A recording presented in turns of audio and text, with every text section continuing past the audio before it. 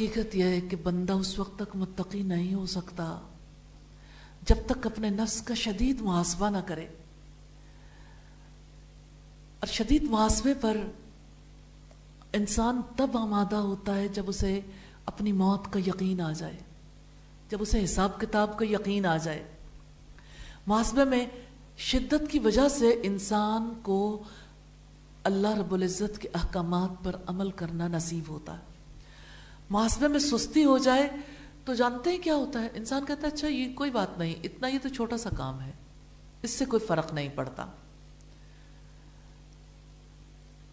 کوئی عمل حق کتنا ہی چھوٹا ہو، یہ دیکھیں کہ اس عمل نے اگر اللہ کو ناراض کر دیا پھر کہاں جائیں گے. تو ہر عمل کا محاسبہ کرنا ہے. سعید بن جبیر اللہ تعالیٰ کے قول کے بارے میں کہتے ہیں وَلَا أُقْسِمُ بِالنَّفْسِ اللَّوَّامَةِ، میں قسم کھاتا ہوں ملامت گر نفس کی. سورہ القیامہ کی آیت نمبر 2 ہے. تو یہ ملامت گر نفس ایسا ہے جو شر پر بھی ملامت کرتا ہے، خیر پر بھی. خیر پر جانتے ہیں کیوں ملامت کرتا ہے؟ کہ اس نیکی کا وہ معیار نہیں تھا جو مطلوب ہے، تو نے اس میں یہ کمی کی ہے. آپ چاہتے تو یہ کام کر لیتے، آپ نے ارادہ ہی نہیں کیا، آپ نے اللہ سے مدد ہی نہیں مانگی. حسن بصری کہتے ہیں بے شک مومن کو آپ نہیں دیکھو گے مگر یہ کہ وہ اپنے نفس پر ملامت کرتا ہے اس بات سے کہ میرا کیا ارادہ ہے، کھانا کھانے سے میرا کیا ارادہ ہے، میرے دل کی بات سے میرا کیا ارادہ ہے. آپ مومن کو نہیں دیکھو گے مگر اپنے اوپر عتاب کرتے ہوئے، اور بے شک فاجر آگے گزر جاتا ہے اور اپنے نفس پر عتاب نہیں کرتا. یہ کتاب الزہد کی روایت ہے، امام احمد کی کتاب کے صفحہ نمبر 281 پر یہ آپ کو مل جائے گا. تو محاسبے کے بعد اعمال صالح پر نفس آمادہ ہو جاتا ہے، پھر وہ اس پر دوام اختیار کرتا ہے. یعنی انسان کس طرح سے مداومت کرتا ہے نیک اعمال پر، کیسے اس کو استقامت نصیب ہوتی ہے.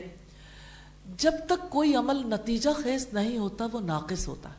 جیسے آپ دعوت اللہ کے بارے میں پڑھتے ہیں، اگر وہ کام کریں گے نہیں یہ عمل ناقص رہ جائے گا. آپ کا ایک کام ہو گیا لیکن دوسرے عمل نے پہلے کو بھی زیرو کر دیا. پھر آپ دیکھیے کہ نظر ثانی کی کتنی ضرورت ہے، جائزہ لینے کی ضرورت ہے نا. پھر جب اس کے نتائج پر محاسبہ نہیں ہوتا تو انسان کا ادھورا نیک عمل بھی ضائع ہو جاتا ہے. تو اپنے نفس کا محاسبہ کرنا لازم ہے.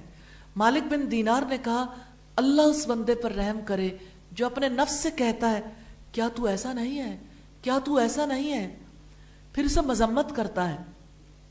لیکن یاد رکھیے گا مذمت کر کے چھوڑ نہیں دینا، مذمت کر کے نفس کو لگام ڈالنی ہے. جو لوگ مذمت کر کے چھوڑ دیتے ہیں ڈپریشن میں چلے جاتے ہیں. لگام ڈالیں. اور مالک بن دینار کہتے ہیں پھر اس پر کتاب اللہ کو لازم قرار دیتا ہے، پھر اس کے لیے قائد بن جاتا ہے. ہاں یہ محاسبہ ہے جو علم کو ریزلٹ بیسڈ بناتا ہے، جو عمل کرواتا ہے، جو ایک مومن کو معاشرے کے لیے مفید بناتا. کوئی انسان معاشرتی زندگی میں اچھا کردار ادا نہیں کر سکتا، لوگوں کے لیے فکر نہیں کر سکتا، وہ لوگوں کے تانوں کی وجہ سے رک جاتا ہے، آگے بڑھ کر انہیں نیکی کا حکم نہیں دے سکتا، برائی سے نہیں روک سکتا جب تک اپنا محاسبہ نہیں کرتا، جب تک وہ اپنے کاموں کو ریزلٹ بیسڈ نہیں بنانا چاہتا.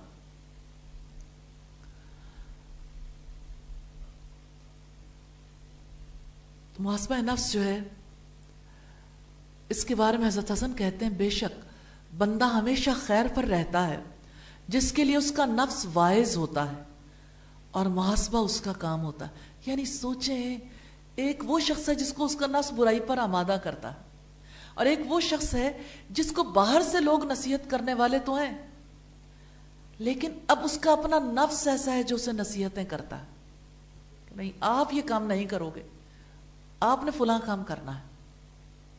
یہ ہے اندر کی آگ، یہ ہے وہ تڑپ، یہ ہے وہ لو جس کی وجہ سے انسان ہمیشہ صراط مستقیم پر گامزن ہو جاتا ہے. تو جو دنیا میں اپنا حساب کتاب کرتا ہے اس سے آخرت میں ہلکا حساب کتاب ہوگا. سیدنا عمر یہ آیت پڑھ کر لوگوں سے کہا کرتے تھے اپنے نفس کا حساب کتاب کر لو اس سے پہلے کہ آپ کا حساب کیا جائے. سورہ الحاقہ کی آیت نمبر 18 ہے یومئذ تعرضون لا تخفی منکم خافیہ. اس دن تمہیں پیش کیا جائے گا اور تمہارا کوئی راز چھپا نہ رہ جائے گا.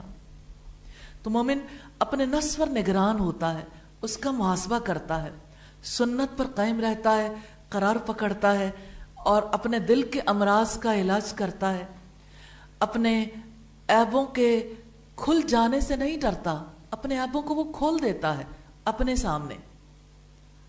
دیکھیں آپ اپنے عیب کو بھی نہیں پا سکتے اگر آپ اپنے ساتھ مخلص نہیں ہیں, کیونکہ شیطان آپ کے عیب کو بھی آپ کے سامنے آپ کے لیے آپ کی نیکی بنا کر دکھائے گا. جیسے آپ بہت ساری موویز میں دیکھتے ہیں کہ کوئی اپنی عزت کو بیچنے والی طوائف ہے جو 4 بچوں کی یتیم بچوں کو پال رہی ہے. اس نے اپنے آپ کو سمجھایا ہوا کہ میں یہ کام کر سکتی ہوں کیونکہ میں ان بچوں کی کفالت نہیں کر سکتی اگر میں برا کام نہ کروں. اس طرح سے نفس انسان کو برائی پر آمادہ کرتا ہے. عبدالعزیز کہتے ہیں تم کوئی چیز نیکی کے کاموں میں داخل نہیں کرتے جب اس سے نکل جاتے ہو, پھر اپنے نفس کا محاسبہ کرتے ہو مگر اس میں اللہ کے حصے سے زیادہ شیطان کا حصہ پاتے ہو. یہ ابن عدی کی کتاب الکامل کی روایت ہے, والیوم 5 ہے, پیج 291. جانتے ہیں محاسبہ نفس کا سب سے بڑا فائدہ کیا ہوتا ہے؟ نفس کو غرور اور تکبر سے نکال دیتا. پھر ایسے شخص کی انا کبھی نہیں بھڑکتی, لیکن اس کے لیے بہت زیادہ محنت چاہیے. تو جب بندہ اپنے نفس کا محاسبہ کرتا ہے تو وہ اپنے نفس سے بغض کرنے لگ جاتا ہے. پھر وہ اپنے عزت کے بارے میں فکر مند نہیں ہوتا, کیونکہ اسے پتا ہے کہ عزت تو ساری کی ساری اللہ کے لیے. وہ جسے چاہتا ہے عزت دیتا ہے اور وہ جسے چاہتا ہے ذلیل کرتا ہے. یونس بن عبید نے کہا میں خیر کی خصلتوں میں سے 100 خصلتیں پاتا ہوں, میں ان میں سے کوئی ایک بھی اپنے اندر نہیں پاتا. سٹینڈرڈ بڑا اونچا ہے. کیوں کہتے ہیں کہ لوگوں کے اندر تو وہ خصلتیں ہیں, میرے اندر وہ نہیں. کیونکہ جب انسان اپنے آپ کو جانتا ہے تو اسے پتا چلتا ہے کہ نیت میں کہیں خرابی رہ گئی, کہیں کام کرتے ہوئے کہیں سستی ہو گئی. لوگ اسے اچھا سمجھ رہے ہیں, بندے کو خود تو پتا ہوتا ہے. اسے پتا چل سکتا ہے جب وہ حساب کتاب کرے کہ میرا عمل کس کیٹیگری میں جائے گا. حماد کہتے ہیں کہ وہ سفیان ثوری پر داخل ہوئے, وہ موجود تھے. انہوں نے کہا اے ابو عبداللہ, کیا تو اس سے امن میں نہیں ہے جس سے تو ڈرتا تھا, اور تم آگے بڑھتے ہو جس کی تم امید رکھتے ہو, حالانکہ وہ ارحم الراحمین ہے. انہوں نے کہا اے ابو سلمہ, کیا تم طمع رکھتے ہو اس کی طرح جو آگ سے نجات پا جاتا ہے؟ انہوں نے کہا واللہ میں یہ آپ کے لیے امید رکھتا ہوں.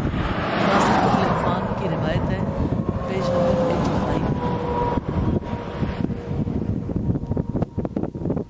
تو اگر ائمہ حدیث اور ائمہ فقہ اور زہد کے امام اپنے بارے میں یہ سمجھتے ہیں کہ وہ آگ سے نجات نہیں پائیں گے, کاش ہمیں سمجھ آ جائے کہ ہم اپنے ان اعمال کے ساتھ نجات نہیں پا سکتے.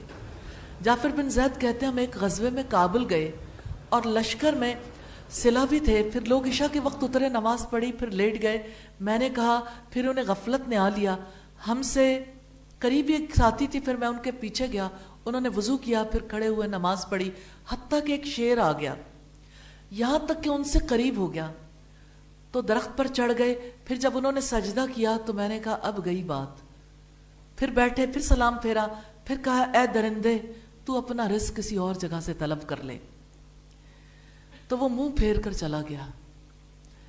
پھر وہ صبح تک اسی طرح نماز پڑھتے رہے, پھر بیٹھ کر اللہ کا شکر ادا کرتے رہے. کہنے لگے اے اللہ, میں تجھ سے جہنم کی آگ سے پناہ مانگتا ہوں, اور میرے جیسا آپ سے جنت مانگنے سے حیا کرتا ہے.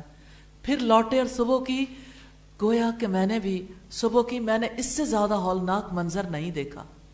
ظاہر ہے کہ ایک انسان کے پاس شیر آیا ہے اور شیر ترن والا بنانا چاہتا ہے، لیکن وہ سلام بھی پھیرنا نہیں چاہتے، سجدہ بھی کرتے ہیں اور اللہ کے آگے جھکے ہوئے ہیں۔ ایسا شخص کسی جانور سے بھی کہہ دے تو اس پر بھی اثر ہو جاتا ہے۔ بات میں تاثیر انسان کے اعمال سے آتی ہے، یہ اعمال ہیں جس کی وجہ سے انسان کی دعوت بھی مؤثر ہوتی ہے۔ تو جو اپنا محاسبہ کرتا ہے وہ اپنے اوقات سے فائدہ اٹھاتا ہے، کیونکہ اپنے ٹائم کو مینج کرتا ہے۔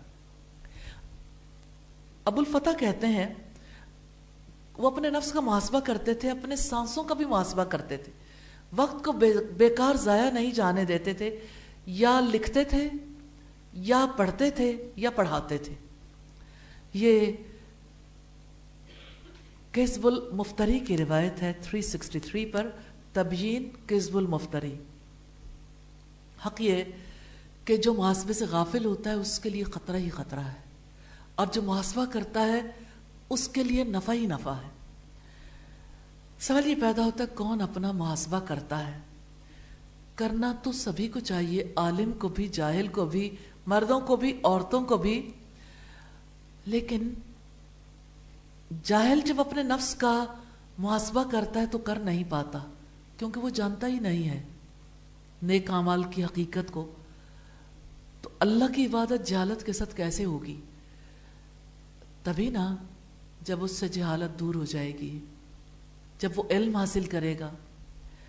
صاحب علم اپنے نفس کا محاسبہ کرتا ہے، جو سچا علم رکھتا ہے نا وہ محاسبہ کرتا ہے، پھر اس کا دل اللہ کے خوف سے دب جاتا ہے۔ اور رب العزت نے فرمایا انما یخشی اللہ من عبادہ العلماء، بے شک اللہ سے اس کے علم رکھنے والے بندے ہی ڈرا کرتے ہیں۔ اس لیے طالب علم کو چاہیے کہ وہ اپنے نفس کا محاسبہ کرے۔ نفس کا محاسبہ کرنے سے ہی اس کی حفاظت ہوتی ہے۔ محاسبہ نفس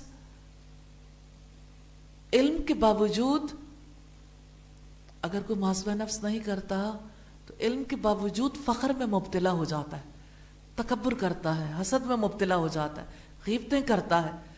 لیکن اس کے مقابلے میں جو محاسبہ کرتا ہے ان ساری برائیوں اور خطاؤں سے بچ جاتا ہے۔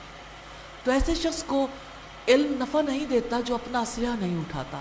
جیسے مجاہد کو اسلحے کی ضرورت ہوتی ہے نا، محاسبہ مومن کا اسلحہ ہے، اس کی وجہ سے مومن ایمان پر قائم رہتا ہے۔ اور خطاؤں میں سے بڑی خطا ہے کہ انسان علم حاصل کرے لیکن اسے دوسروں تک نہ پہنچائے۔ جب کوئی علم کو اپنے اندر محدود کر لیتا ہے تو اس کی وجہ سے اس کے اندر سڑانت پیدا ہو جاتی، وہ علم بھی باقی نہیں رہتا۔ تو علماء کے لیے بھی لازم ہے اور طالب علموں کے لیے بھی، سب اپنے نفس کا محاسبہ کریں۔ محاسبہ دو طرح سے ہوتا ہے، ایک عمل سے پہلے اور ایک عمل کے بعد۔ عمل سے پہلے اپنے خیالات، اپنے خواطر پر محاسبہ ہوتا ہے، اور دو رزلٹس نکلتے ہیں اس کے۔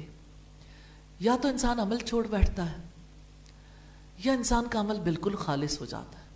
اس لیے کبھی گھبرانا نہیں ہے، کیونکہ شیطان انسان کو کہتا ہے نہیں تم تو اس لیے کام کر رہے ہو۔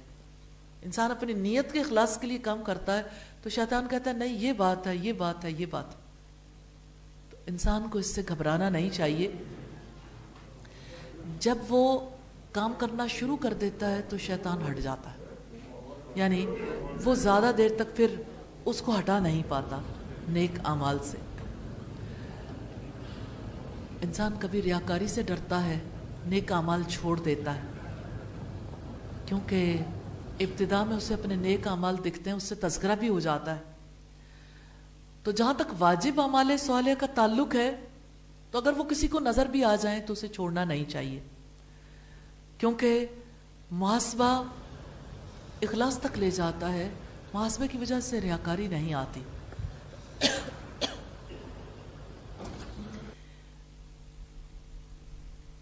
عمل کے بعد محاسبہ کرنے کی تین قسمیں ہیں۔ اطاعت کے کام پر محاسبہ کرنا، جو اللہ کے حق میں کمی ہے، جیسے حج کیا، نماز پڑھی، روزہ رکھا، صدقہ کیا، اطاعت کے کاموں میں 6 کام ہوتے ہیں جس کی وجہ سے اللہ کا حق ادا ہوتا ہے. عمل میں اخلاص ہو، اللہ کے لیے خیرخواہی ہو، رسول اللہ کی مطابعت ہو، عدل میں احتیاط ہو، اللہ کے احسان اور اس کی عمل صالح پر توفیق اور مراد گواہی دینا ہو، اور عمل صالح کے بعد اپنی کمی کی گواہی دینا. دوسرا ایسا عمل ہے ایسے عمل پر محاسبہ ہے جس کا چھوڑنا اس کے کرنے سے بہتر ہو.